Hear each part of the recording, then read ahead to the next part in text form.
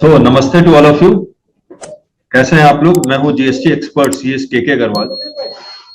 और जैसा कि आप लोग जानते हैं, हम लोग बहुत इन डेप्थ डिस्कशन करते हैं और हमारी जो वेबिनार होता है, सेमिनार होता है, वो मॉर्निंग 6:30 होता है, जिसके लिए हम लोग तहे दिल से माफी चाहते हैं। बहुत लोग उठ नहीं पाते हैं, लेकिन जो लोग उठते हैं और इस वेबिनार को अटेंड करते हैं, उनको वाकई बहुत ज्यादा फायदा होता है। तो आज सुबह हमने एक वेबिनार किया 6:30 AM से और करीब 9 बजे तक चला, और हमने नोटिफिकेशंस जो अभी आया है 26 दिसंबर को, उसको हमने पूरा डिस्कस किया। वो पूरा नोटिफिकेशंस आप जो हमारी नोटिंग के साथ है, उसको आप डाउनलोड कर सकते हैं। वो डाउनलोड कैसे होगा? सीधे आप क्या कीजिए, हमने एक वेबसाइट लॉन्च किया है बिल्कुल फ्री, जिसका नाम है masterlearnings.com। तो ये जो वेबसाइट है masterlearning.com, ये हमारा वेबसाइट है masterlearnings.com। इसको याद कर लीजिएगा। इसमें वो तमाम चीजें हैं जो आपको जरूरत पड़ती है रिप्लाई बनाने के लिए। तो लेटेस्ट में जाइए, और लेटेस्ट में जब आप जाएंगे, इन द मीन टाइम ये खुल रहा है। इससे पहले मैं बता दूं, हमने एक किताब हम लोग जो रिलीज कर रहे हैं 15 जनवरी तक कुरियर करना शुरू कर देंगे, जीएसटी नोटिसेस के ऊपर। इसमें ड्राफ्ट रिप्लाईज भी होंगे, और ये 800 रुपीज की, इसके साथ और एक वॉल्यूम 1 की बुक मिलती है जो जीएसटी लॉ है, बेसिक टू एडवांस। इसमें इतने सारे चैप्टर्स भी कवर्ड हैं। तो आप हमारी इस वेबसाइट में जाके ये दोनों किताब को बुक कर सकते हैं। अब मैं आता हूं उस वेबसाइट पे लेटेस्ट में।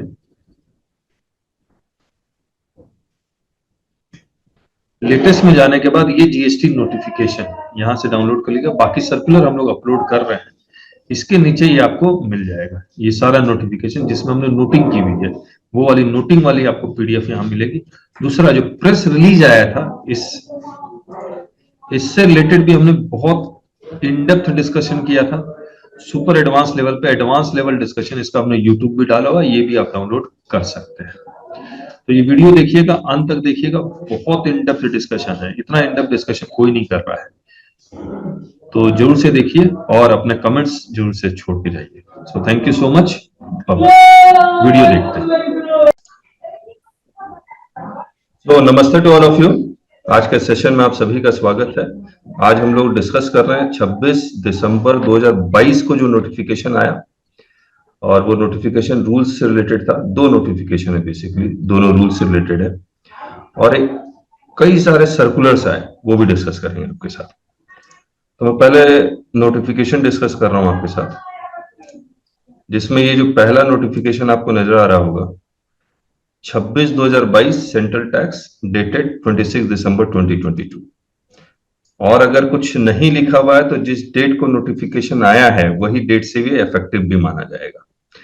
जिसमें ये लिखा हुआ है, shall come into force on the date of their publication in the official gazette, यानी कि 26 ऑफिशियल गैजेट मतलब e-gadget.in है, उसमें जाएंगे तो आपको ये नोटिफिकेशन मिल जाएगा। तो पहले उसमें आता है e-gadget में, उसके बाद सीबीआईसी अपने वेबसाइट में अपलोड करती है।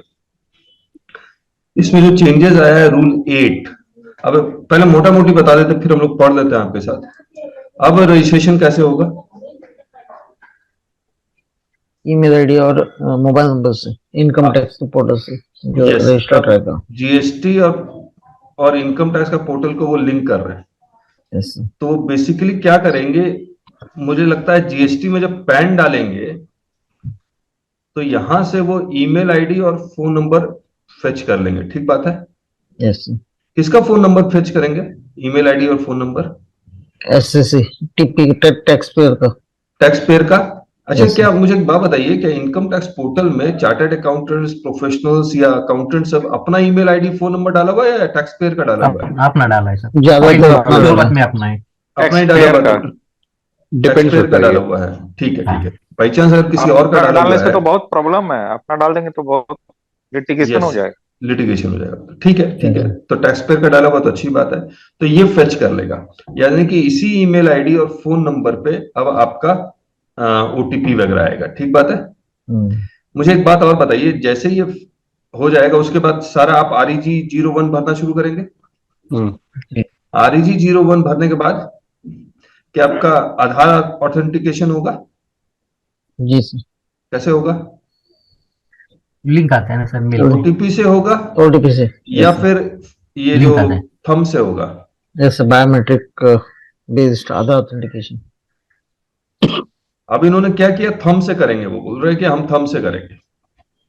हमसे कैसे करेंगे? इसका मतलब कोई फैसिलिटेशन सेंटर बनाना पड़ेगा इनको, yes sir, तभी तो होगा। कहीं जाके वहां पर जीएसटी डिपार्टमेंट के लोग बैठेंगे, आप थंब लगाएंगे, तभी तो पॉसिबल है, वरना तो पॉसिबल नहीं है।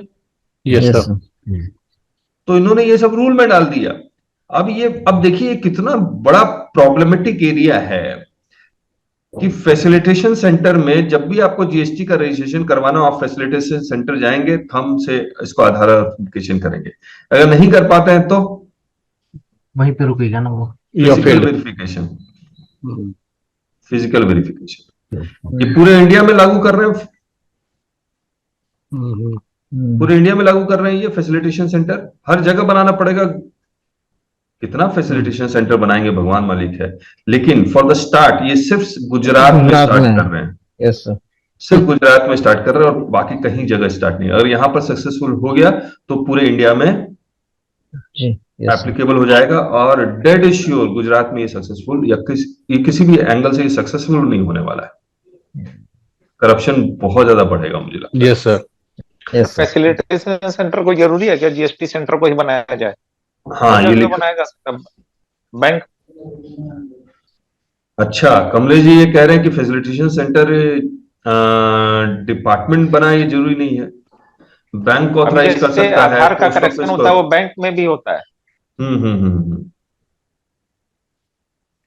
ओके ओके, ऐसा लेकिन उन्होंने लिखा नहीं है। इसमें जो लिखा हुआ है कमलेश जी कि commissioner will be opening the facilitation centre. अगर ऑथराइजेशन किसी को करना होता तो ये लिखते जरूर से रूल में, बिना ऑथराइजेशन के तो कर भी नहीं पाएंगे ये फिर भी। लेकिन कमलेश जी की बात बिल्कुल सही है कि ऑथराइज कर सकते हैं, रूल को पढ़ के नहीं लगता है। चलिए लेकिन सर इसको ये हम क्यों हमें भी वो दे सकते हैं ना, शायद मैंने क्या उनका जो बायोमेट्रिक जो मशीन रहते हैं ना, तो हम भी दे सके, वो भी पास हो सकता है। लेकिन ऐसा कुछ भी लिखा हुआ नहीं है रूल, लिखा नहीं है सर, यस सर, कुछ लिखा है ना। नहीं है। और ना जीएसटी काउंसिल के मीटिंग में ये रिकमेंडेशन है, यस सर, ठीक है। और मे बी अगर रूल पढ़ लेते हैं, हो सकता है कि लैंग्वेज, मैं तो कल पढ़ा था ऐसे ही, पढ़ लेते हैं शायद हो जाए। किसी को ऑथराइज कर दे फैसिलिटेशन सेंटर, बैंक को ऑथराइज कर दे, पोस्ट ऑफिस को ऑथराइज कर दे, कुछ ना कुछ तो करेंगे, नहीं तो इतना ये खुद कैसे खोलेंगे, ये बात भी ठीक है। ऐसे जैसे कि अभी टीडीएस का बहुत से ऑथराइज सेंटर्स है ना, क्या है टीडीएस का?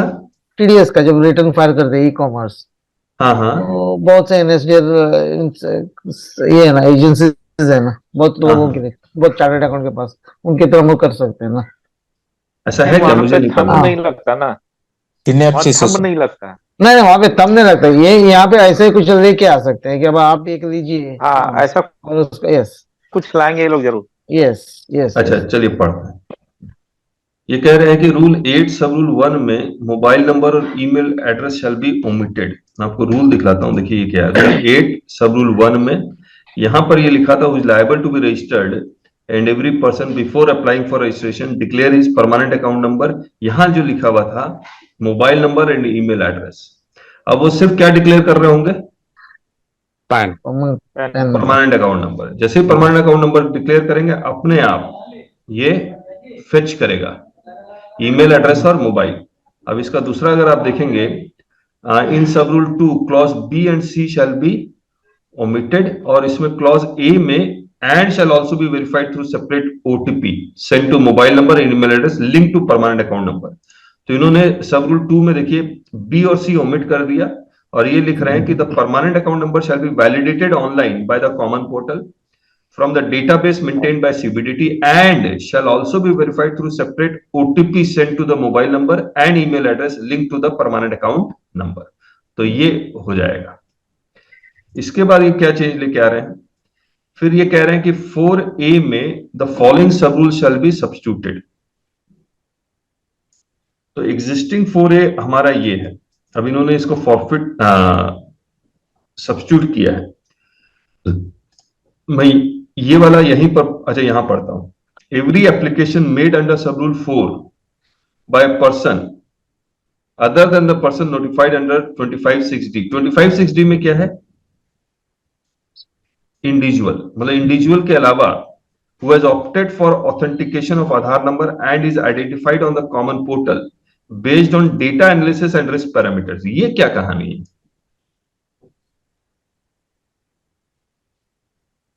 ये क्या कहानी है? Based on data analysis and risk parameter, identified on the common portal based on data analysis and risk parameters. क्या करना चाह रहे हैं ये कि जैसे अब पैन सीबीडीटी से डेटा आ जाएगा, इसके बाद ये data analysis and risk parameters, यानी कि जो इंडिविजुअल रजिस्ट्रेशन करवा रहा अपने आप को, यानी कि जो फर्म, पार्टनरशिप फर्म या कंपनी अपने आप को रजिस्ट्रेशन करवा रही है, उसका कोई डेटा एनालिसिस और रिस्क पैरामीटर्स करेंगे कि वो फेक तो नहीं है. shall be followed by biometric based Aadhaar authentication. तो सिर्फ ये बायोमेट्रिक बेस्ड आधार ऑथेंटिकेशन नहीं है, कॉमन पोर्टल इसको data analysis and risk parameter से रिस्क भी एनालिसिस करेगी.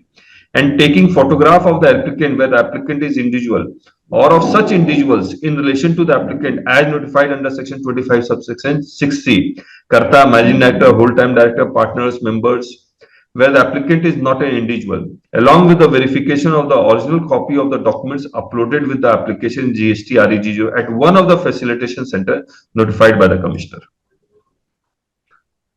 Facilitation center is notified by the commissioner. इसका मतलब जो कमलेश जी बता रहे थे कि इसका मतलब वो खुद नहीं खोल रहे हैं, है ना, ये नोटिफाई कर रहे हैं. For the purposes of this sub rule and the application shall be deemed to be complete only after the completion of the process laid down under this sub rule. ठीक है.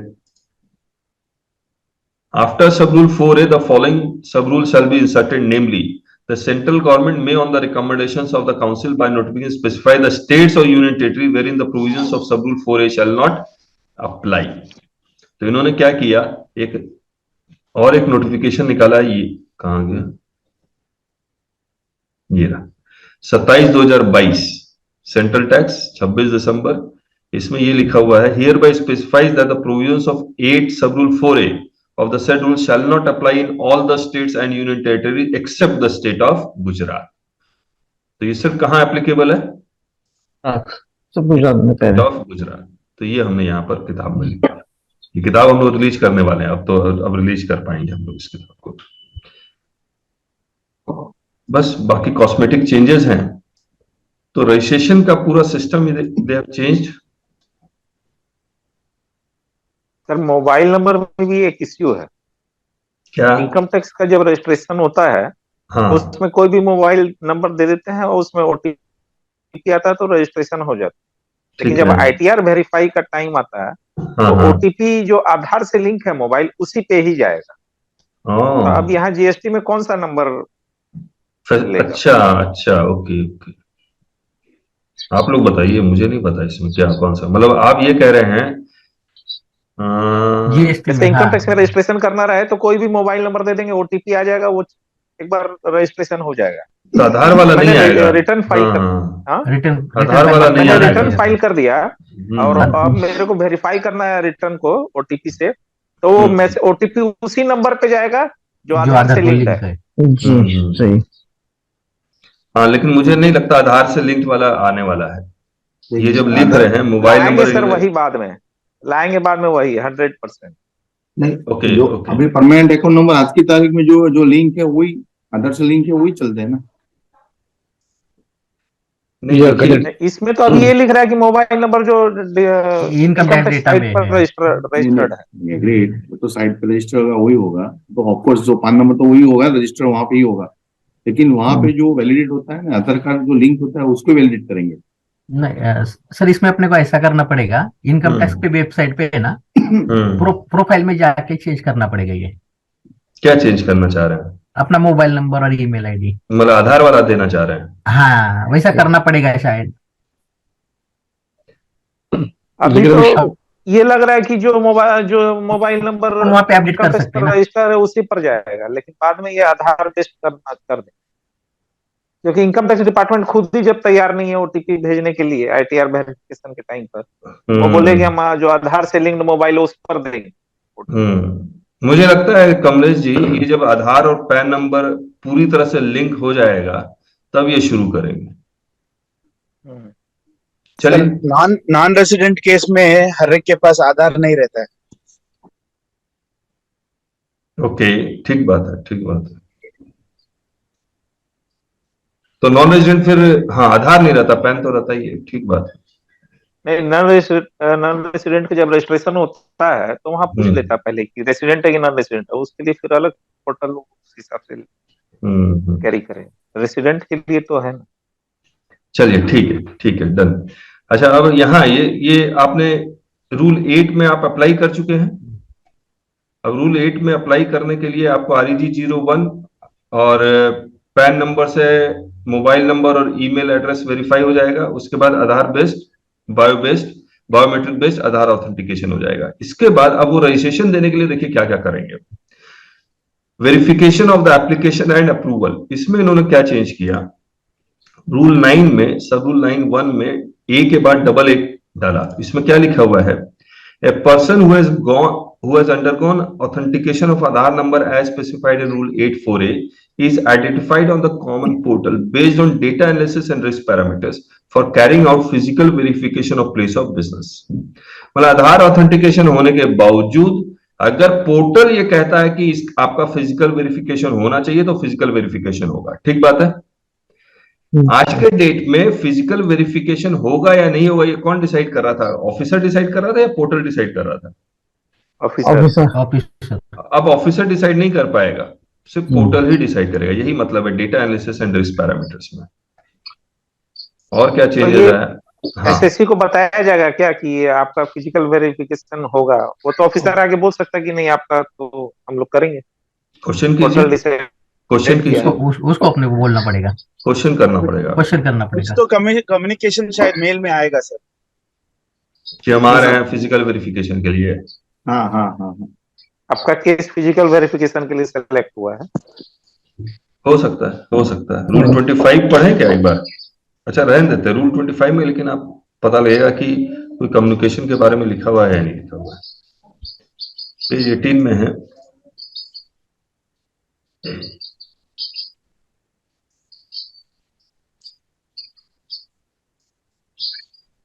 अब देखिए यहाँ रूल 25 लिखता है, where the proper officer is satisfied. और proper officer यहाँ पर assistant commissioner, deputy commissioner, superintendent भी नहीं है।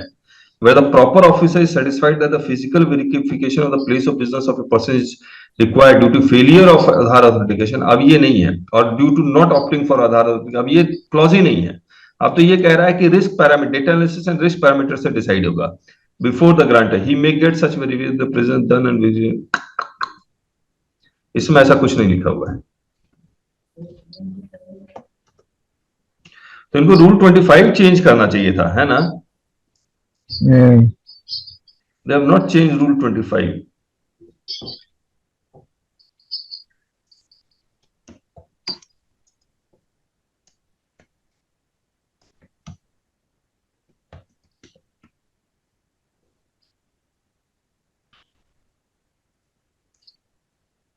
Rule 45 not change accordingly. Rule 25 मैं यहां पर लिख भी देता हूं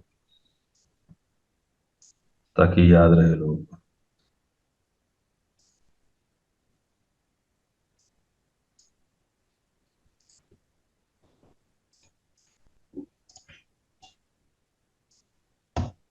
चलिए, तो 8 9 हो गया। 12 में TDS TCS का रजिस्ट्रेशन है।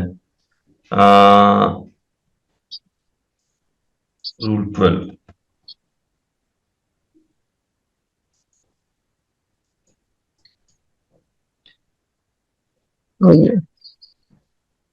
यस, यहां पर इन सब रूल 3 में, where on a request made in writing by person to whom registration is granted under sub rule 2, or upon inquiry or pursuant to any proceeding under the act, the proper officer is satisfied that the person to whom certificate of registration this has been issued is no longer liable। तो पहले क्या था कि सिर्फ proper officer के पास right था registration को cancel करने का, लेकिन अब ये जो TDS और TCS रजिस्टर्ड पर्सन भी अपना रजिस्ट्रेशन को कैंसिल करवा सकते हैं। ठीक बात है? यस बस इतना ही लिखा हुआ है, कुछ नहीं। यस। तो TCS यहां मैं लिख देता हूं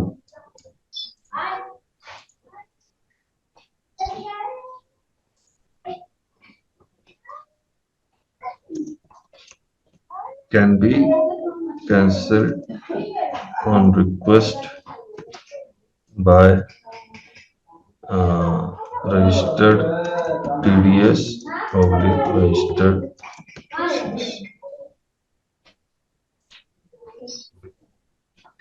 अब आता है रूल 37 में, ये इंटरेस्टिंग है। एक बार मैं पॉज करता हूं ताकि मैं फाइल खोल लूं।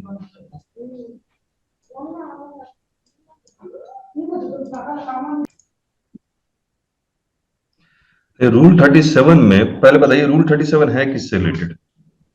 ITC was 180 days. 180 डेज में पेमेंट होना चाहिए। Yes, sir. एक बार बताइए, टोटल जो ट्रांजैक्शन हुआ है सप्लायर और रेसिपिएंट के बीच में वो 100 + 18 का हुआ है और 118 रुपए इसको देना था, ये नहीं देता है तो क्या होगा? 18 रिवर्स करना विद इंटरेस्ट। 18 रुपीज रिवर्स करना पड़ेगा विथ इंटरेस्ट। Ji sir. लेकिन ये इसको सिर्फ 59 रुपीज देता है तो प्रोपोर्शनली, तो प्रोपोर्शनेटली।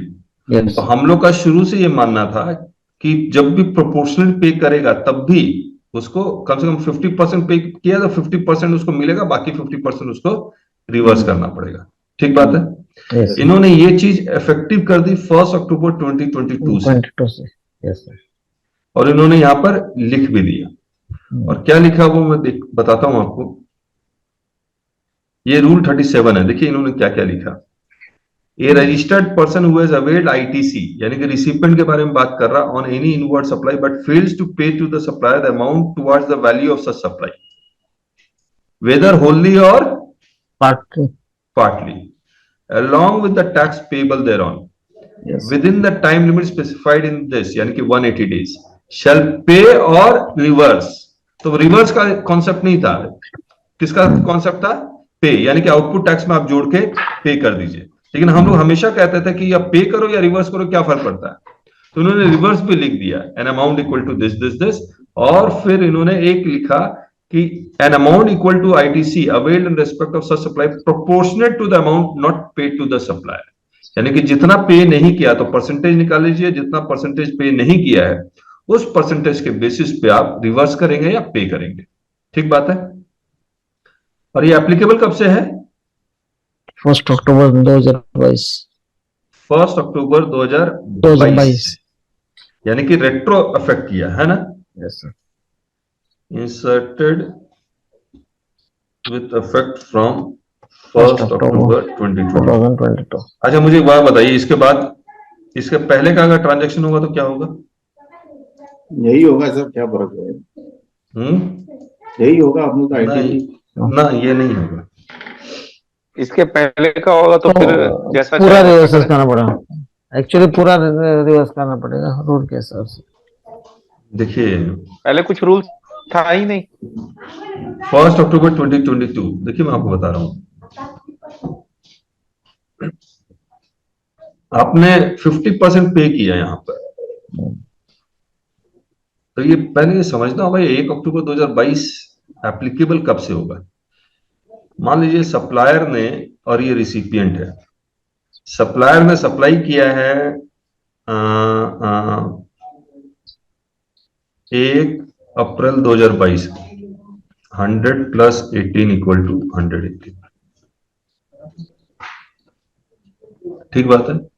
ये 2 अक्टूबर 2022, अप्रैल मई जून जुलाई अगस्त सितंबर अक्टूबर, 180 दिन के बाद आ रहा है। 2 अक्टूबर या 3 अक्टूबर 2022 को ये पेमेंट कर रहा है ओनली 50%। बताइए 50% रूल 37, नया रूल 37 एप्लीकेबल होगा? Yes sir. हाँ यस, न्यू रूल 37 एप्लीकेबल होगा या नहीं होगा? यस हो जाएगा। यस, क्योंकि 3 अक्टूबर पॉइंट टू पॉइंट देखते हैं, इनडायरेक्ट टैक्स इनकम टैक्स की तरह नहीं है, पॉइंट टू पॉइंट देखेंगे। तो 3 अक्टूबर 2022 को पेमेंट कर रहा है, तो ये पहले रिवर्स करेगा 9 रुपीज, 9 रुपीज विथ एक बात है, with interest, obviously with interest. अगर ये 1 मार्च का ट्रांजैक्शन हो और ये रिवर्स कर रहा है मान लीजिए 30 सितंबर को, पेमेंट कर रहा है 50%। अब नया रूल या old rule? Old old old rule के हिसाब से चलेंगे। अब मुझे Yes, एक बात बताइए, ऑफिसर तो आपको नोटिस भेजेगा ही भेजेगा, इसमें कोई डाउट है? नहीं। ऑफिसर तो नोटिस भेज ही देगा आपको कि भैया Yes, आपको sir. तो पार्टली पेमेंट किया, उसके बावजूद आपको पूरा रिवर्सल करो। पूरा रिवर्सल करना पड़ेगा। क्या जवाब देंगे? क्योंकि हम लोग तो शुरू से ये बोलते आ रहे हैं कि भैया जितना पेमेंट किया उसका प्रोपोर्शनल रिवर्स कीजिए। हम लोग तो शुरू से बोलते आ रहे हैं। सर अगर हमने यूटिलाइज नहीं किया, क्रेडिट लेके रखा है, तो भी इंटरेस्ट रिवर्स देना नहीं पड़ेगा? फिर नहीं, वो तो ठीक है, वो नहीं देना पड़ेगा। लेकिन इसका क्या जवाब दे कि आपको मतलब मिल जाए, क्योंकि ये इफेक्टिव 1 जुलाई 2017 से तो किया नहीं है।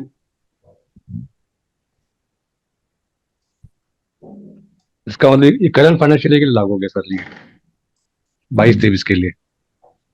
हाँ, लेकिन उसमें भी डेट है 1 अक्टूबर 2022। चलिए, जवाब तो मेरे दिमाग में भी नहीं आ रहा है। अब जैसे सेक्शन 9 सबसेक्शन 4 का एक कितना अक्टूबर को 12-13 अक्टूबर 2017 को वो खत्म हो चुका था, ये 12 अक्टूबर 17 को 9/3। है ना? 9/4। उसके बावजूद उस हाँ, 9/4 ऑडिट करने आते तो उस पीरियड का वो जीएसटी मांग लेते हैं, जिसका सर मांगा है सर। मांगा। हाँ मांग रहे हैं सर, अभी हाँ। लाइबिलिटी निकाल के दे रहे 1-1 लाख का। अच्छा, बाकी तो ठीक है।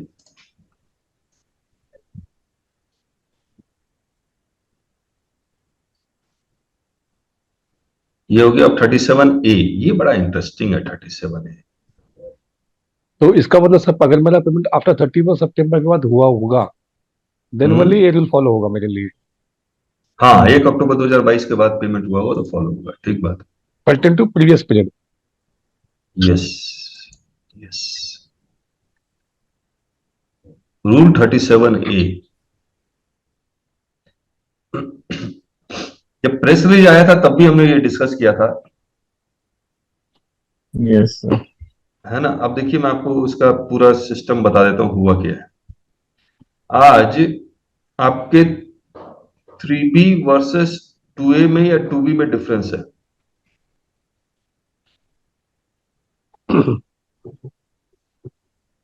तो 3B वर्सेस 2B या 2A में डिफरेंस है, इसका मतलब क्या हुआ? ITC mismatch. इसे देखिए, सप्लायर 1 भर रहा है, आपके 2B में आ रहा है और आप 3B में क्लेम कर रहे हैं। तो 2B और 3B में मिसमैच है या 2A और 3B में मिसमैच है? आप याद कीजिए, वो 2B और 3B का मिसमैच से वो क्या पता लगाने की कोशिश कर रहा होता है? कौन सा सेक्शन का वॉल्यूशन वो मानता है? 16 का सर। 16(2) क्लॉज सी का, यस कि सर। अगर वो 1 में भरा होगा तो ये मान के चल रहा है कि 3B में पेमेंट भी हुआ होगा। यही तो मान के चल रहा है, लेकिन ऐसा है नहीं। हो सकता है आपका B2B का सप्लाई वो B2C में शो कर रहा हो। ये भी हो सकता है आपका पेमेंट वो DRC 03 से पेमेंट कर दिया हो। ये भी हो सकता है रॉन्ग GST नंबर डाल के पेमेंट कर दिया हो। There are n number of possibilities. Yes. है ना? और ये भी हो सकता है 1 में तो डाला, उसके बावजूद पेमेंट नहीं हुआ। ये भी तो पॉसिबल है। तो वो नोटिस आ जाता था इस रिसिपिएंट के नाम पे कि भैया रिवर्स करो। तो हम लोग यही सब ग्राउंड्स तो लेते थे। हम लोग ये ग्राउंड भी लेते थे कि 17-18 में तो मैचिंग अलाउड ही नहीं है, 18-19 में मैचिंग अलाउड नहीं है। 19-20 में आया 9 अक्टूबर 2019 से। और फिर रूल 36 सब रूल 4 को ही चैलेंज करने लगते थे हम लोग कि आप ये मैचिंग करके क्लॉज सी का वॉल्यूशन कैसे पता लगा सकते हैं। ठीक बात है। यस। गवर्नमेंट ने भी इस बात को माना और गवर्नमेंट ने क्या किया, एक मतलब सिंपल रास्ता निकाला, आसान रास्ता निकाला। क्या निकाला? बोले ठीक है, कोई बात नहीं, हम नहीं पता लगा सकते, कोई बात नहीं। रिसिपिएंट को कहा आप रिवर्स कीजिए, नहीं आ रहा है ना 2B में या 2A में, रिवर्स कीजिए। अब रिसिपिएंट अब 16(2)(c) में कहता है कि सर कैसे पता लगेगा, तो ये कोई बात नहीं, जब पता लगेगा तब अवेल कर लीजिएगा। जब पता लगेगा तो अवेल कर लीजिएगा। बोला सर कैसे पता लगेगा हमें? बोला ये क्या करेंगे, 2B में, आज के डेट में बताइए 2B में इस सप्लायर ने 3B भरा है या नहीं भरा है, इसका रिपोर्ट आता है या नहीं आता है? नहीं। अब देखिए, रुकिए मैं आपको बताता हूं। यहां खाली जगह है। 1 किस डेट को भरते हैं आप? 11, 2B कब आएगा? 14, 14 और 3B कब भरेंगे? 20। 20। ये मान लीजिए मई की कहानी है। अब आप ये सप्लायर की कहानी, अब रिसिपिएंट पे आइए। रिसिपिएंट अपना मई का भरेगा, कब भरेगा? 20 जून 20th को, जिसमें वो आईटीसी क्लेम कर रहा होगा। यस। तो मई के 2B में उसको तो बिल्कुल नजर नहीं आएगा ये 3B भरा गया है नहीं भरा गया मई का। 2B कब जनरेट हो गया? 14 तारीख को। सप्लायर का 2B 14 तारीख को जनरेट हो गया है। किसके लिए? रिसिपिएंट के लिए। लेकिन सप्लायर अपना 3B तो 14 तारीख के बाद ही भर रहा होगा। हेलो, समझ में आ रहा है आपको? तो रिसिपिएंट को क्या क्रेडिट लेते वक्त पता लगेगा कि मई का इस सप्लायर ने 3B भरा या नहीं भरा? कब पता लगेगा? कब पता लगेगा? अगले महीने, अगले महीने जून में, अगले पता चलेगा। उसके अगले महीने जून में। इसका मतलब पोर्टल एक रिपोर्ट जनरेट करेगा। क्या रिपोर्ट जनरेट करेगा? जो आपको नजर आएगा। मुझे या तो 2B में नजर आएगा या कहीं और नजर आएगा, मुझे नहीं पता। लेकिन आज के डेट में नजर नहीं आता ना कि उसने 3B भरा या नहीं भरा। हाँ या ना? Yes yes. नहीं, आज के डेट में नजर आता है या नहीं नजर आता है? सप्लायर ने अपना 3B भरा या भरा, ये नजर आता है या नहीं आता? नहीं आता। नहीं आता। उस महीने का नहीं आता। अब इसका मतलब ये हो गया कि एक पोर्टल में एक और इंफॉर्मेशन जनरेट होगा, सेपरेट। हो सकता है 2C हो, 2D हो, या 2B के अंदर ही। क्या होगा? जून का जब 2B बनेगा तो उसमें मई का 3B उस सप्लायर ने भरा या नहीं भरा, ये नजर आएगा। हेलो, जब ये नजर आ जाएगा, मान लीजिए पता लगता है जून के 2B में उसने मई का 3B नहीं भरा, तो अब क्या करेंगे आप? रिवर्स करते रहो। रिवर्स करना पड़ेगा। रिवर्स करना पड़ेगा। इसमें कितना टैक्स भरा, कितना टैक्स नहीं भरा, ये इंपॉर्टेंट नहीं है। बस इतना ही इंपॉर्टेंट है कि 3B भरा गया है या नहीं भरा गया, तो ये रिवर्स करना पड़ेगा। जब फिर आपके पास इंफॉर्मेशन आ गया कि ये मई का 3B तो अगस्त में भरा है, तो जितना रिवर्स किया आप रीअवेल कर लीजिएगा। सर वो reverse with interest. Reverse with interest. Yes, may be अभी पढ़ते हैं। इंटरेस्ट तो लगेगा, कैसे छोड़ेंगे। बातें समझ में आ गई आपको क्या हो रहा है? लेकिन सर मैं आईटी से अवेल नहीं करूंगा सर, 2B में नहीं आता है तो। नहीं 2B में तो आ रहा है। हाँ 2B में आ रहा है क्योंकि उसने 1 फाइल किया है सप्लायर ने, 3B नहीं फाइल किया। और 3B फाइल किया या नहीं किया वो नेक्स्ट मंथ ही पता लगेगा। लेकिन फिर रिवर्सल का प्रोविजन एप्लीकेबल होगा ही नहीं ना सर यहाँ पे, क्योंकि मेरे को 16 4 अलाउड कर रहा है, टाइम लिमिट है मेरे पास। नहीं, ये 16 सब रूल 4 को बाईपास करेगा रीअवेलमेंट के लिए। जैसे 180 डेज में रीअवेल आप 16 सबसेक्शन 4 के बाद भी कर सकते हैं, यहां भी वही कहानी है। तो पढ़ते हैं, एक बार पढ़ते हैं। हाँ पूछिए सर, अभी पढ़ ले फिर सवाल आएगा। अच्छा बोलिए मनीष जी। सर अभी जब भी नॉर्मल टैक्स पेयर का जीएसटी से वेरीफाई करते हैं तो उस पे 3B 2A एनुअल सारी रिपोर्ट आती कब फाइल हुआ है। यस आती है। तो इससे भी वेरीफाई हो जाएगा उसका 3B जमा हुआ है कि नहीं हुआ। लेकिन आप ये एक्सरसाइज क्यों करेंगे? ठीक बात है ना, इतनी मेहनत क्यों करेंगे आप?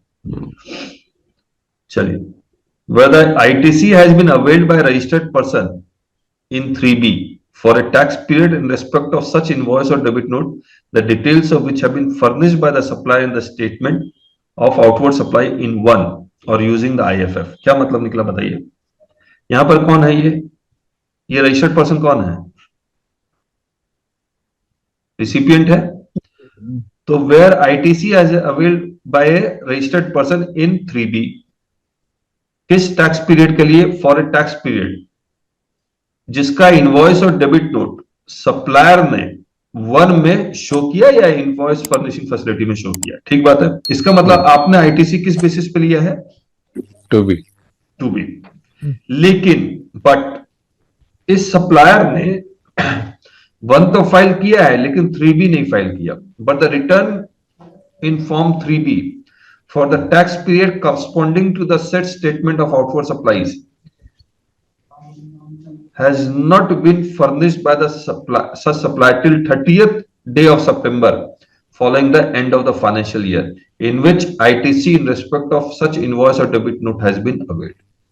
तो सप्लायर को किस मंथ के एंड तक फाइल कर देना है? 3B 30 सितंबर। तो मुझे लगा पहले गलत लिखा हुआ है, बिल्कुल सही लिखा हुआ है, 30 नवंबर नहीं है, 30 सितंबर तक फाइल कर देना। क्यों? क्योंकि 30 नवंबर ये लिख देंगे सप्लायर के लिए तो गलत हो जाएगा। रिसिपिएंट को तो 30 नवंबर के बाद पता लगेगा। बराबर। तो 30 सितंबर the said amount of ITC shall be reversed by the said registered person while furnishing 3B on or before 30th November following the end of the financial year. इसका मतलब 30 सितंबर तक भी अगर वो 3B फाइल नहीं करता है तो उसको रिवर्स करना पड़ेगा। ठीक बात है। अब आपको एक बार फिर से क्लैरिटी दे देता हूं। पहला सप्लायर का देखते हैं। सप्लायर का 1 और 3B ये मई महीने के लिए, रिसिपिएंट का मई महीने का 1 और 3B। सप्लायर ने 1 फाइल कर दिया। बताइए रिसिपिएंट 3B में इस 1 के बेसिस पे 3B में क्रेडिट क्लेम कर लेगा या यस और नो? यस। ठीक। अब आते हैं हम लोग, अब इसका 3B वो फाइल नहीं किया। अगर इसका 3B फाइल नहीं किया तो नेक्स्ट महीने का 1 3B कुछ फाइल नहीं होगा। इसके लिए तो सारा स्टॉक हो गया सप्लायर के। यस। ठीक है। अब आते हैं, ये मई 2022 है। अब हम लोग आ रहे हैं सितंबर 2023 में। यही डेट है? यस। 22-23 का नेक्स्ट सितंबर में। ये सप्लायर है, ये 1, ये 3B। अब ये जब तक फाइल नहीं करेगा तब तक ये वाला जो क्रेडिट है आपका टेम्पोररी ही रहेगा 3B में, है ना? अब एक बार फिर से पढ़ते हैं, ये रिवर्स कब करेगा? रिवर्स कब करेगा? सितंबर तक वेट करेगा, तब नवंबर में रिवर्स कर देना पड़ेगा। नवंबर लग तो यही रहेगा, सितंबर तक वेट करना है तो इससे अच्छी बात कुछ हो ही नहीं सकती है सर। लेकिन ये कॉन्ट्रडिक्ट हो रहा है, मैं बताता हूँ, क्योंकि अभी एक अमेंडमेंट और भी किया है जो इसमें आया नोटिफिकेशन, 1 और 3B में डिफरेंस है तो आगे का रिटर्न ही फाइल नहीं कर देंगे। हाँ वो तो है ही, मैं तो वही बोला ना, 1 और 3B फाइल नहीं हो तो आगे का कुछ फाइल नहीं होगा। ये तो सितंबर तक वेट करने की बात ही नहीं है। प्लस सप्लायर को एक DRC 01B में एक नोटिस भी आ जाएगा। हाँ, तब तक सितंबर तक तो फाइल करने का ऑप्शन ही नहीं रहेगा उसके बाद। फिर भी मान लीजिए फेक इनवॉइस का केस है या सप्लायर ही भागा हुआ है, वी डोंट नो ना, इसको तो रिवर्स करवाना है। देखिए ऑब्जेक्टिव क्या है पूरे का, कि रिसिपिएंट को का रिवर्स करवाना है। मतलब जितना भी प्रॉब्लम आए फेस करे वो रिसिपिएंट फेस करे। But then let us read it again. But the return in 3B for the tax period corresponding to the said statement of outward supply has not been furnished by such supply till 30th September. So recording on है sir? On है। Okay. हाँ on है। Thank you. तो 3B for the tax period corresponding to the said statement has not been furnished by such supply till 30th September. 30 सितंबर तक का time है इसके पास। नहीं, लेकिन आगे और भी लिखा है सर 30 मिनट पर। रिसिपिएंट को 30 नवंबर तक रिवर्स करने का है, सप्लायर को 30 सप्लायर सितंबर तक भरने का है। को 30 सितंबर तक फाइल करना है। The said ITC shall be reversed by the said registered person, यानी कि recipient, while furnishing 3B on or before 30th day of November following the end of such financial year. इसका मतलब ये हुआ कि सितंबर का 3B आपको फाइनल हो गया, सितंबर 2023 तक वेट करना, तभी रिवर्स करना है आपको। 20 ठीक बात है ना? Yes yes sir. तो वो तो रिडंडेंट हो जाएगा ना। इसका मतलब मतलब सर, हाँ, अगर इसका सितंबर का 3B मैं 30 नवंबर तक को मेरे को टाइम मिलेगा फाइल करने के लिए। सितंबर का सितंबर 22 का 3B हाँ मैं 30 नवंबर तक फाइल कर सकता हूँ अगर मुझे ITC अवेल करना है तो। करेक्ट, मतलब ये अवेल करना या रिवर्स करना। हाँ वही तो ये तो पहले भी था सर, क्या चीज? ये सेम सीन तो पहले भी था ना सर। नहीं ओह, लेकिन ये वाला प्रोविजन नहीं था ना 37A की सप्लायर। अभी क्या होता था कि सप्लायर ने 1 फाइल कर दिया, वो 3B फाइल करे या ना करे, मुझे रिवर्स करने की जरूरत नहीं थी। यस, अब तो ये है कि सप्लायर का 1 और 3B दोनों हो जाना चाहिए। 3B सितंबर तक नहीं आया तो आपको 30 नवंबर तक आपको रिवर्स करना पड़ेगा। सर हमारे केस में हुआ था 3B और 1 में। हाँ, तो बाय मिस्टेकली अकाउंटेंट से 1 में वो फिगर ज्यादा चली गई थी, बहुत ज्यादा चली गई थी, और रिटर्न अपलोड हो गया था। हाँ, तो कोई डिलिब्रेशन नहीं था, लेकिन फिर भी जानबूझ के 6 महीना रिटर्न को होल्ड पे रखा गया, क्योंकि वो इतना बड़ा अमाउंट था कि वो भर ही नहीं सकते थे।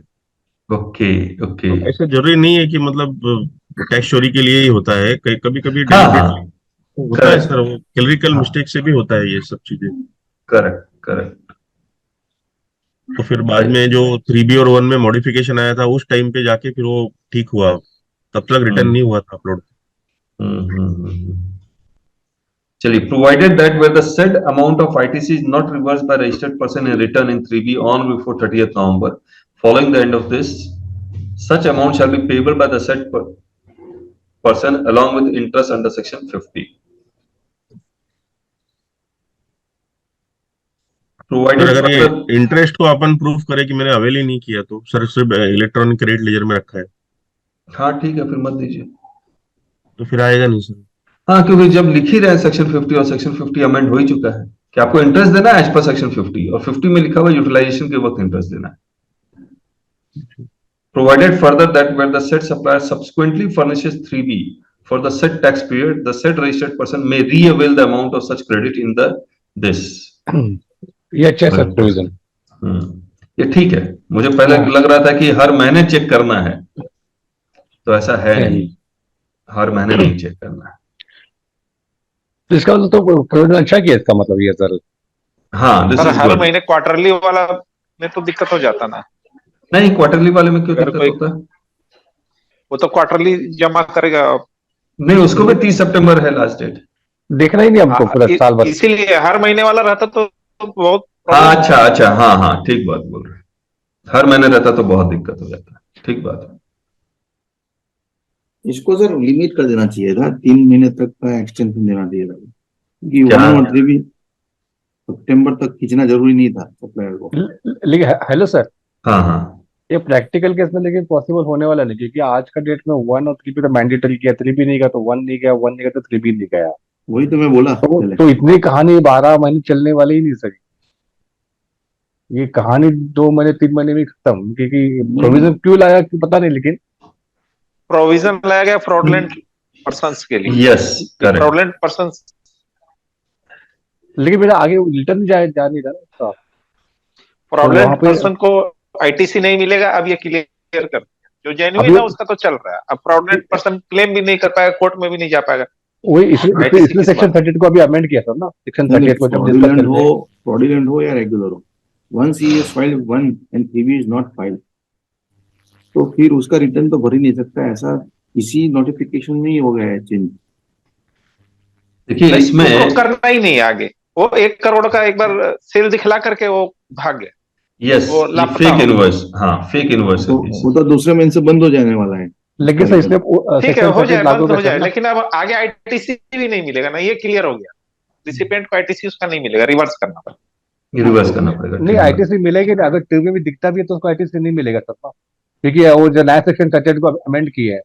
हाँ हाँ, वो अभी एप्लीकेबल नहीं हुआ। 38 वो इज हाँ नोटिफाई नहीं हुआ सर वो। नहीं हुआ है। वो तो आईटीसी ना लेने के बराबर ही किया प्रोविजन ऑफ करेक्ट, वो एप्लीकेबल ही नहीं हुआ, मतलब नोटिफाई नहीं हुआ। सर आईटीसी का 17, 18, 18, 19 का कुछ आया है ना सर सर्कुलर? वो करेंगे, अभी करेंगे, पहले कंप्लीट हो जाएगी। सर कौन सा नोटिफाई नहीं हुआ? सेक्शन 38 के प्रोविजंस नोटिफाई नहीं हुए। 6 प्रोविजन है। हाँ, कि हो गया मुझे याद नहीं है, वैसे देख लेता हूँ। देखिए सर, बहुत इंटरेस्टिंग है sir. Rule 38 section 38 section 38 supplier अगर रजिस्टर होगा तो स्पेसिफाइड पेड की फाइनेंस अप्लाई एक्ट कर से आया सकते तो हो। था, ये नोटिफाई हो गया। अगर नोटिफाई हो गया तो इम्प्लीमेंट नहीं हुआ है, पता नहीं, पोर्टल में ऐसा कुछ भी नहीं आ रहा है। लेकिन नोटिफाई हुआ है सर 38 से ही मेरे ख्याल से।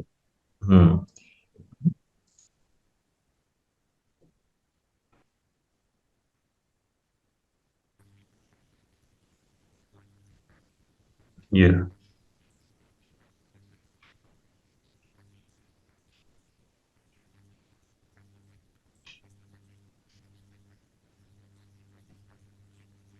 1 अक्टूबर 2022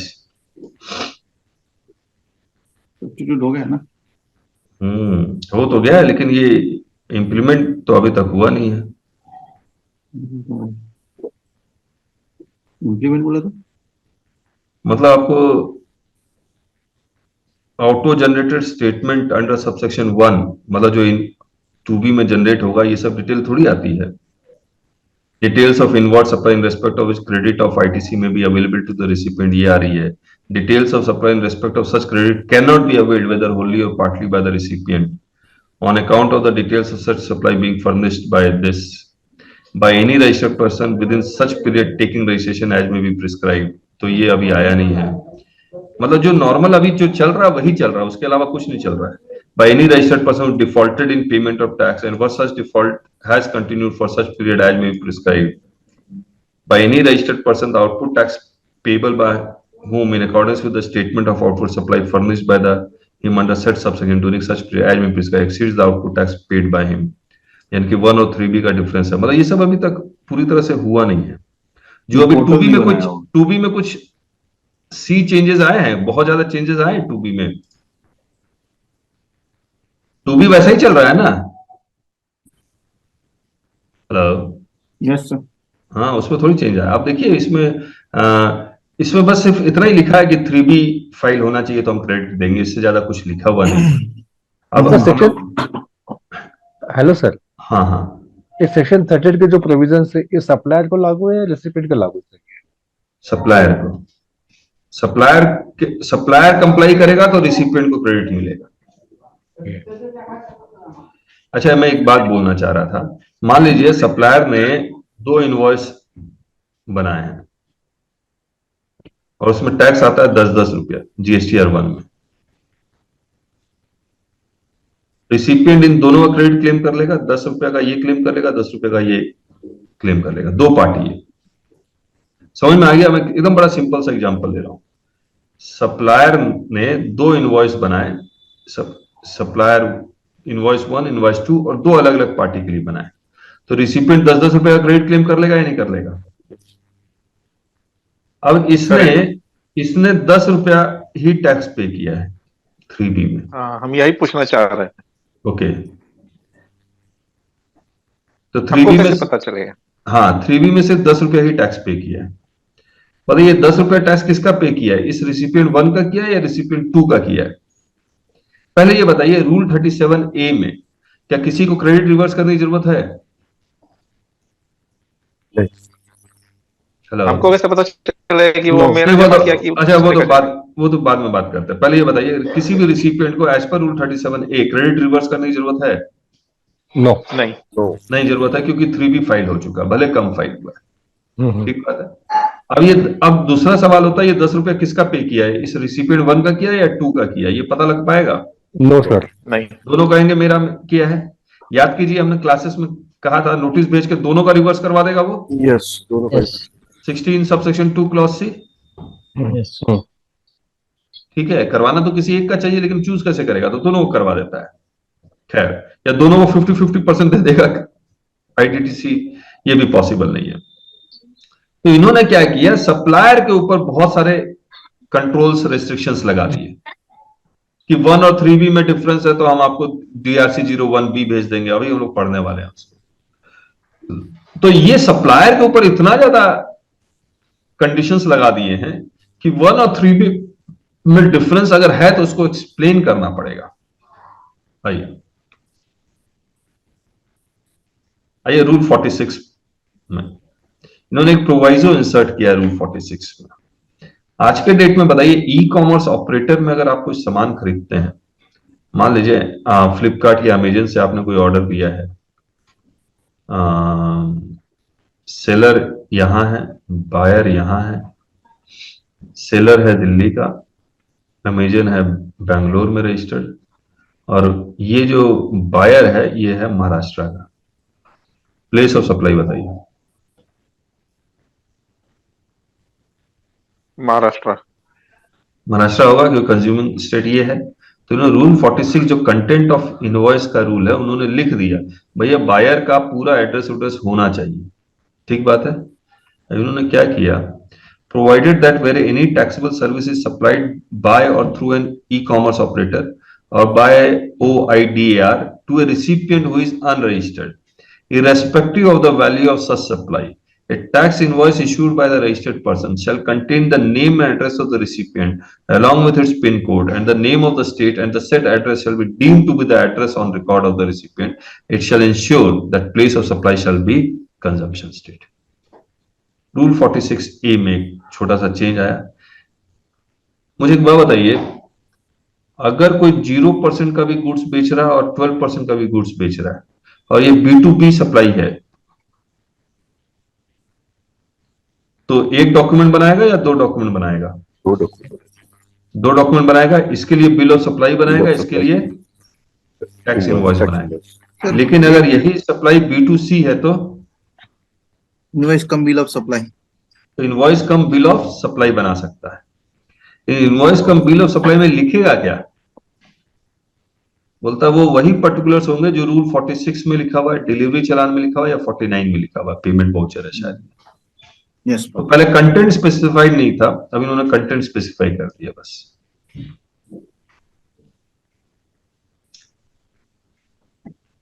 रूल 59 में ये GSTR 1 है बेसिकली।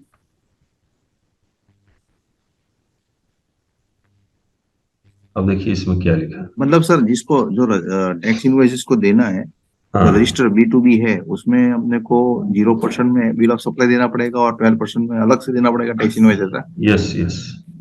अभी तक तो चल रहा था इनवॉइस का बिल ऑफ सप्लाई B2B में भी। नहीं, आप चला रहे थे, चल नहीं रहा था। हाँ चल रहा। अच्छा हाँ। ओके। अच्छा देखिए, सप्लायर 1 भर दिया, 3B नहीं भरा, क्या होगा? इसको एक नोटिस आएगा इलेक्ट्रॉनिकली, कॉमन पोर्टल सिस्टम ही जनरेट करेगा वो नोटिस, और नोटिस जनरेट होगा रूल 88C में। किसके थ्रू? DRC 01B आएगा, ये नोटिस आएगा। अब ये नोटिस आएगा, इससे पूछा जाएगा भैया 3B और 1 में जो डिफरेंस है इसका टैक्स क्यों नहीं जमा कर रहे? अगर वो जमा कर देता है तो सब्सिक्वेंट 1 फाइल कर पाएगा, नहीं तो ये 1 भी बंद हो जाएगा, कुछ नहीं फाइल कर पाएगा। तो इन्होंने रूल 59 में ये लिखा फिर, a registered person to whom an intimation has been issued on the common portal under the provisions of 88C in respect of a tax period shall not be allowed to furnish the details of outward supply of GST in this or using this for a subsequent tax period unless he has either deposited the amount specified in the said intimation or has furnished a reply explaining the reasons for any amount remaining unpaid as required under this। तो उसको reply दो या पे करो, तभी वो भर पाएगा, नहीं तो भर नहीं पाएगा। रूल 80। हाँ सर, NAK 59 से उन्होंने इंसल्ट किया है इसके वायलेशन ऑफ 88C के लिए। हाँ नया रूल निकाला है। Correct correct. ये आप मुझे बताइएगा, ये तो इन लोगों का इंटरनल है। अब जब चालान क्रिएट करते हैं, मान लीजिए आपने फेडरल बैंक का चालान क्रिएट किया और पेमेंट भी कर दिया, आपके बैंक अकाउंट से कट भी गया, और लेकिन पोर्टल में नजर नहीं आया वो पैसा, पॉसिबल है? तो इस केस में ये कह रहे हैं कि भैया ठीक है, पोर्टल में नजर नहीं आया, सारा कुछ आरबीआई के पोर्टल के थ्रू होके जाता है, तो आरबीआई से फेच करेंगे डिटेल, भले बैंक कम्युनिकेट नहीं कर पाए, आरबीआई कम्युनिकेट करेगा। Provided that where the bank fails to communicate details of CIN to the common portal, bank का फेलियर है, the electronic cash ledger may be updated on the basis of e-scroll of the Reserve Bank of India in cases where the details of the said e-scroll are in conformity with the details in challan generated in PMT 06 on the common portal। तो ये अपना internal होगा। 88B के बाद 88C, ये हमने press release के वक्त भी डिस्कस किया था। आप देखिए, हमने आपको एक बात बताई थी कि अगर जीएसटीआर 1 और 3B में डिफरेंस है, is it self assessment tax? यहां शो किया, यहां ये फाइल ही नहीं किया, ये ऐसी ये 20 है, 80 का डिफरेंस है, is it self assessment tax? Yes और नो? यस। कहां लिखा हुआ है? ये सेल्फ असिस्ट करके ही पे कर रहे हैं ना सर। नहीं लिखा हुआ कहां है ये self assessment? Difference between this will be treated as self assessment tax, कहां लिखा हुआ है? नहीं लिखा हुआ नहीं है, लिखा हुआ 75 सब्सिडेंट 12 में।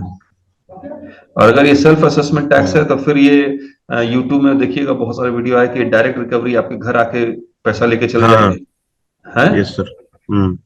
फिर ये लोगों ने एक इंस्ट्रक्शन निकाला, बोला नहीं घर आके थोड़ी लेंगे, पहले आपसे एक अपॉर्चुनिटी बीइंग हर्ड देंगे। ये सेल्फ असेसमेंट टैक्स तभी माना जाएगा when it is admitted tax. Yes, याद है क्लास में बताया था? जी एडमिट करेंगे तो इसके लिए एक इंस्ट्रक्शन लेके आए कि बोला कि एक सिंपल कम्युनिकेशन देंगे। अब कम्युनिकेशन विदाउट सेक्शन, उसमें सेक्शन नंबर नहीं लिखा होगा किस सेक्शन में ये कम्युनिकेशन जा रहा है, सिंपल एक कम्युनिकेशन देंगे। तो हम फिर हमने कहा कि भैया CNG का ऑडिट हो गया, उसमें लिखा कि ऐसा इंस्ट्रक्शन, ऐसा SOP स्टैंडर्ड ऑपरेटिंग प्रोसीजर, जिसमें आप ऑफिसर को कह रहे हैं कि बिना सेक्शन के आप नोटिस इशू कर दें तो वो नोटिस ही इनवैलिड है। यस और नो? Yes sir. अब जब CAG का ऑडिट आ गया तब जाके इन्होंने अब चेंज किया है कि ऐसा करता है कि ये इंस्ट्रक्शन ये सब जो आया था वो खत्म हो गया। अब इन्होंने एक नया रूल 88C ले आए, और 88C में देखिए वो क्या लिखते हैं। 88C में लिखते हैं कि वो कॉमन पोर्टल ही जनरेट करेगा DRC 01B, जो आपके पास जाएगा, आपको कॉमन पोर्टल में ही जवाब देना है। तो where the tax payable by registered person in accordance with the statement of outward supply यानी कि 1, or using the invoice furnishing facility in respect of the tax period exceeds the amount of tax payable by such person according this। तो अब मैं important point बताता हूं। The said registered person shall be intimated of such difference in Part A of DRC 01B। किसमें intimate करेंगे? इसमें electronically on the common portal, and copy of such intimation shall also be sent to his email address provided at the time of registration or as amended the said difference, highlight करके उसको भेज दिया जाएगा। ठीक है, या तो आपको डिफरेंस पे करना है या फिर एक्सप्लेन करना है। कितने दिन के अंदर? 7 days के अंदर। तो कैसे नहीं आए हो? अब ये कह रहा है the registered person shall upon receipt of intimation may pay the amount through DRC 03। ये गलत है।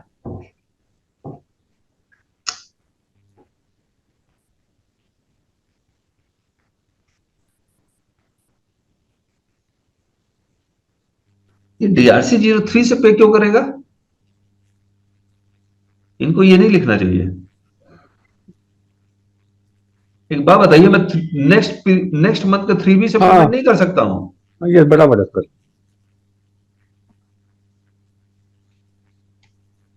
है। नहीं वो तो सर वो ऑप्शन ही दिया नहीं सर। सर नेक्स्ट मंथ में 3B में आप भरेंगे तो क्या होगा कि उसका यस यस भर सकते हैं, रुकिए हाँ भर सकते हैं। डिफरेंस आ जाएगा। ये डेटा क्लीन रहेगा। हाँ, फिर से कहिए जिनेश जी। डेटा क्लीन रहेगा, DRC 03 से भर देंगे तो उसका नहीं, डेटा क्लीन नहीं होगा, आपको 3B से भरेगा तो डेटा क्लीन होगा। नेक्स्ट मंथ 3B में ना डेटा कैसे क्लीन हो जाएगा? आप एक बात बताइए, DRC 03 का ऑटो पॉपुलेट होकर एनुअल रिटर्न में आता है? नहीं तो कैसे डेटा क्लीन हो जाएगा? लेकिन 3B और 1 में डिफरेंस है, जो ब्लॉक ही कर देगा तो DRC 03 से ही तो पैसा भरना पड़ेगा। नहीं, मुझे मैं आपको दिखलाता हूँ, रुकिए। यहाँ पे एक्सप्लेन कीजिए, एक्सप्लेन करके 3B से भरिए, वो बेटर है। ये या तो इसको चेंज करना पड़ेगा, मतलब ये गड़बड़ चीज है। ऑब्लिक करके लिखते 3B, नेक्स्ट मंथ का 3B से भर रहे हैं, ऐसा करके लिखते हैं। तो सर उनको ऑप्शन ही देना नहीं है वो सब, ओनली आप पेमेंट करो छुट्टी लो। वो एनुअल का देखने का ही नहीं है। अच्छा मे बी वो हाँ बताइए Ganesh ji. May be department believe नहीं कर रहा कि 3B में जाके फाइल करेगा। सर ऐसा अभी रिकवरी कर लो। तो जो डिफरेंस है अमाउंट कॉम्प्लिकेटेड करते जा रहे हैं सर। पहले एक्साइज लॉ में 5 साल के बाद भी आपको ITC अवेलेबल अगर है तो मिल जाता था, छूट गया है तो। और अभी जो लॉ बना रहे इतना कॉम्प्लिकेटेड कर रहे हैं, छोटे व्यापारी इसको कंप्लाई कर ही नहीं पाते सर। अच्छा काम करते हैं, DRC 01B का फॉर्म पढ़ते हैं सर। यहाँ पे मैं एक चीज बोलूंगा, अगर उन्होंने अभी देखिए, अगर आपने डिफरेंस है तो नेक्स्ट मंथ का आपका रिटर्न तो ब्लॉक ही हो जाएगा। तो यानी कि वो वापस एक्टिवेट करने के लिए आपको ये पे करना पड़ेगा, एक्सप्लेन करना पड़ेगा, अगर डिफरेंस है तो। अच्छा देखते हैं, एक बार फॉर्म पढ़ते हैं, मुझे लगता है फॉर्म में हमें आइडिया लग जाएगा। पार्ट ए सिस्टम जनरेटेड लिखा हुआ है, इंटीमेशन और difference in liability reported in statement of order supply and that reported in return, it is notice 1 और 3B में आपका डिफरेंस इन लायबिलिटी ये निकाल के दे देगा, ठीक है। अब आपको जो रिप्लाई भरना है वो देखते हैं। मंथली निकलेगा सर? Hello sir. नहीं, जब डिफरेंस आएगा तब निकलेगा, और क्या। यस अच्छा हाँ कहिए गणेश। मीन्स मेरा 1 का जो लायबिलिटी 3B का जो ऊपर वाला लायबिलिटी जो मैं आउटवर्ड सप्लाई में बताएगा वो liability, not a net liability. हाँ 1 की लायबिलिटी और 3B की लायबिलिटी, ठीक है। अब देखिए रिप्लाई में आपको क्या ले, excess liability paid in earlier tax period in form 3B। तो अगर आप ये एक्सप्लेन कर दीजिए ना, भैया 3B में मैं भर रहा हूं, मैं DRC 03 से नहीं भरना चाह रहा, कि मैं ऑलरेडी भर चुका हूं मई महीने में और जून महीने में। मई महीने का 1 और 3B, 1 में था 100 लेकिन 3B मैंने 120 भर दिया। जून महीने का 1 और यहाँ 3B, यहाँ पर 100 था लेकिन मैंने 80 भरा। नहीं सर, ये जो पहला बार जो कर रहे थे ना, 1 में 120 और B में 100। मई महीने में 1 में 100 और 3B में 120, ज्यादा भर दिया ना आपने।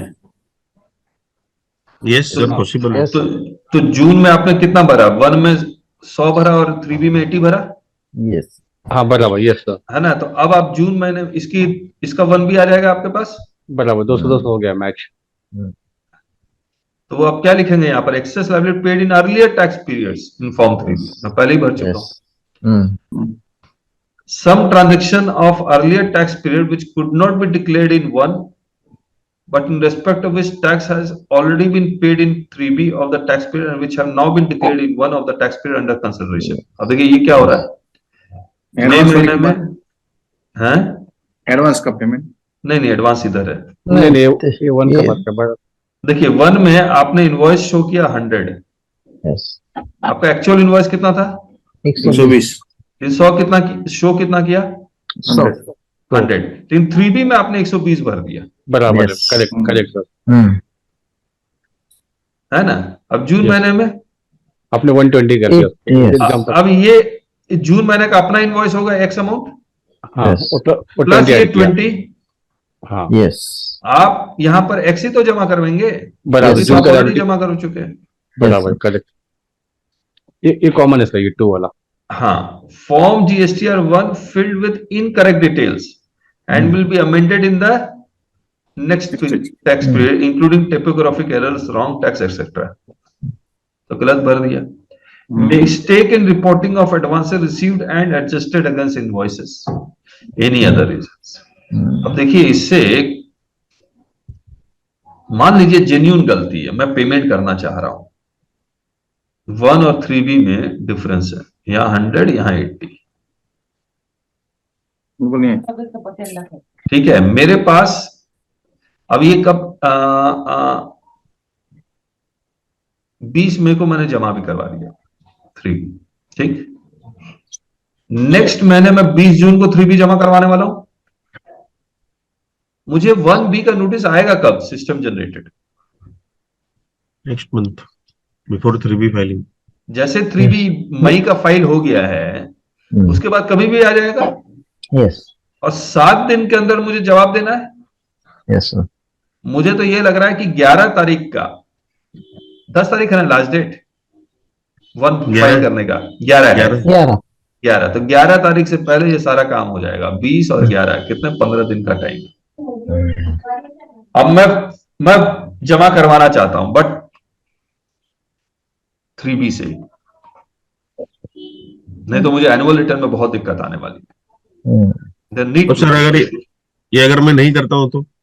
नहीं करता है तो बंद हो जाएगा, आप फाइल ही नहीं कर पाएंगे। रूल 59 देखा आपने। यस। नेक्स्ट ईयर का 1 नहीं फाइल कर पाएंगे, नेक्स्ट मंथ का।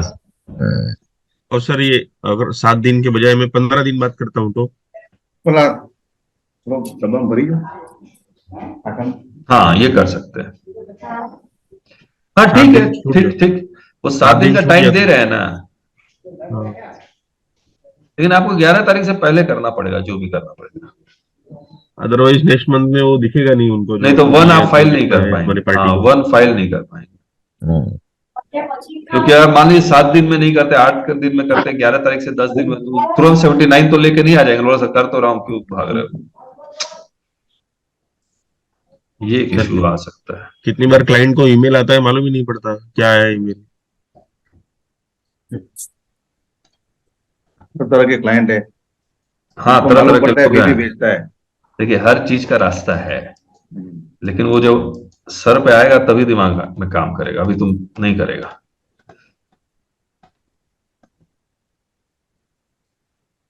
तो आई थिंक एवरीवन एग्रीज कि यहां 3B नहीं होना चाहिए, DRC 03 नहीं होना चाहिए, ऑब्लिक 3B भी होना चाहिए। रूल 89 छोड़ देते हैं, रिफंड का है, अनरजिस्टर्ड पर्सन वाला। सर इसका नोटिफिकेशन निकालेंगे ना? किसका? ये जो अपन पढ़ रहे हैं सर, नोटिफिकेशन ही तो पढ़ रहे हैं। अच्छा नोटिफिकेशन 26 नहीं, बहुत बड़ा दिखा सर इसके लिए। पूरा रूल में। अच्छा ये अपील का मैं एकदम फटाफट बता देता हूँ, अपील में क्या हुआ। आज के डेट में अपील में क्या होता है, self certified copy, physical copy submit करना पड़ता है जी। यस। अब ये कह रहे हैं भैया फिजिकल कॉपी सबमिट करने की जरूरत ही नहीं है। अगर पोर्टल में ऑर्डर है, ठीक है, और आपने uploaded on the common portal, तो APL 02 आ गया, कोई फिजिकल कॉपी जमा करवाने की जरूरत नहीं है। लेकिन अगर पोर्टल में अपलोडेड नहीं है, तब सेल्फ सर्टिफाइड कॉपी 7 डेज वगैरह वगैरह का टाइम लिखा हुआ है, ठीक है। इसके बाद एक इन्होंने डाला कि सेम डिपार्टमेंट भी अगर करता है तो सेम, पोर्टल में अपलोडेड है, पोर्टल में अगर अपलोडेड नहीं है तो क्या होगा, वो सेम लिखा हुआ है, तो इसको भी छोड़ देते हैं। विड्रॉल ऑफर, ये इंटरेस्टिंग है। अब संतोष बक्सेटी जी का जो अपील फाइल हुआ 16/4 को चैलेंज कर दिया, वो गलत था। हम लोग फिर जब देखा तो नहीं कि तो उस केस में अब अपील को रेक्टिफाई तो कर नहीं सकते। अब ये क्या कह रहे हैं कि अपील को विड्रॉ कीजिए और रेक्टिफाई कीजिए, या फिर अपील को विड्रॉ कर लीजिए, रेक्टिफाई नहीं करना, क्योंकि आपने किसी और पार्टी के केस में सुप्रीम कोर्ट का जजमेंट आ गया और वो आपके फेवर में सॉरी आपके अगेंस्ट आ गया, तो विड्रॉ कर लीजिए उठा के। मान लीजिए बात, मतलब कई कारण, क्यों वकील को पैसा देंगे या क्यों टाइम खराब करेंगे। नहीं अच्छा मूव सर ये विड्रॉ। हाँ, लेकिन अगर आप विड्रॉ करके दोबारा फाइल कर रहे हैं तो वो 3 महीने और 6 महीने के अंदर ही होना चाहिए। ओके सेम मैटर के लिए सर, सेम मैटर के लिए। रूल 138 में एक चेंज किया गया कि उन्होंने कहा कि भैया accepting intimation jewellery shall be inspected, यानी कि डायमंड गोल्ड के लिए ई वे बिल जरूरी नहीं है, लेकिन इमिटेशन ज्वेलरी के लिए ई वे बिल की जरूरत पड़ेगी आपको। ठीक बात है। इसके बाद इन्होंने कुछ फॉर्म्स में चेंजेस किए, जिसमें order for cancellation of registration, मैं order for cancellation of registration का अगर फॉर्म निकालूं आपके साथ,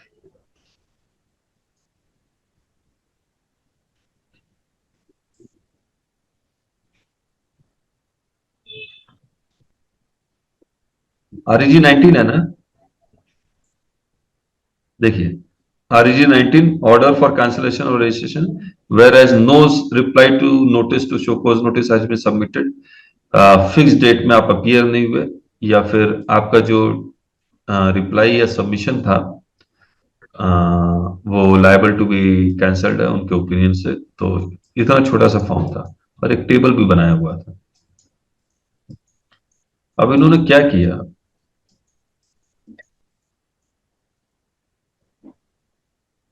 इस पूरे फॉर्म को चेंज किया। ये देखिए इतना बड़ा फॉर्म बना दिया, where no reply to the show cause notice has been submitted, and whereas undersigned based on record available with this office is of the opinion that your registration is liable to be cancelled for following reasons। इनको reasons लिखना पड़ेगा। मैंने बहुत सारे registration आपने भी देखे होंगे, fake invoice registration cancelled, why it is fake invoice वो लिखते नहीं है, तो रीजंस लिखना पड़ेगा, पूरा का पूरा एक्सप्लेन करना पड़ेगा।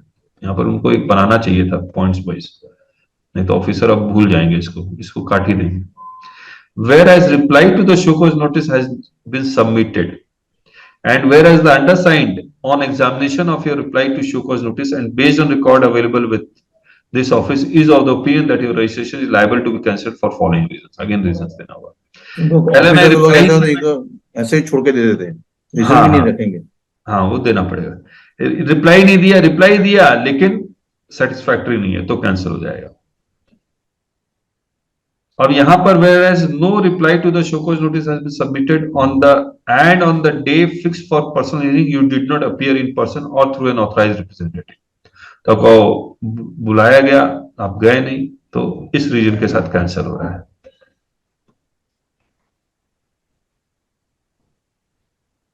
अब शो कॉज नोटिस का रिप्लाई नहीं दिया गया, आप गए ऑथराइज रिप्रेजेंटेटिव के साथ अटेंड किया, रिटर्न और वर्बल सबमिशन दिया, उसके बावजूद वो सेटिस्फाई नहीं हुआ because of the following reasons, तो कैंसिलेशन का है।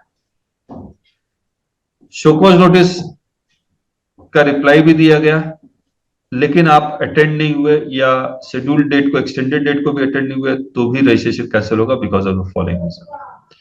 अब यहां पर आप रिप्लाई भी दिया, अटेंड भी हुआ, उसके बावजूद वो सेटिस्फाई नहीं हुआ, तो इस रीजन के साथ आपका रजिस्ट्रेशन कैंसिल हो सकता है।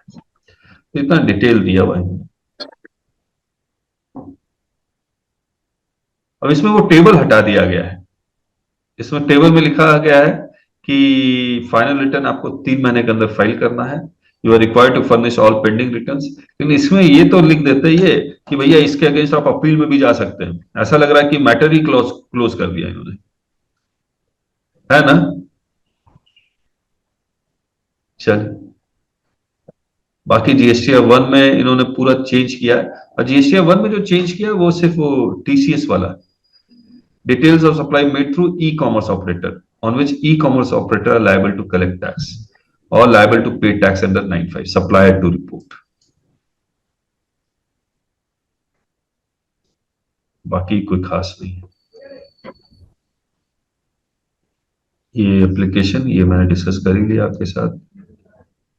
ये DRC 03 में देखिए क्या चेंज किया इन्होंने। DRC 03 में आप cause of payment drop down से सिलेक्ट करते हैं। मैं दिखलाता हूं DRC 03 ओरिजिनली क्या था।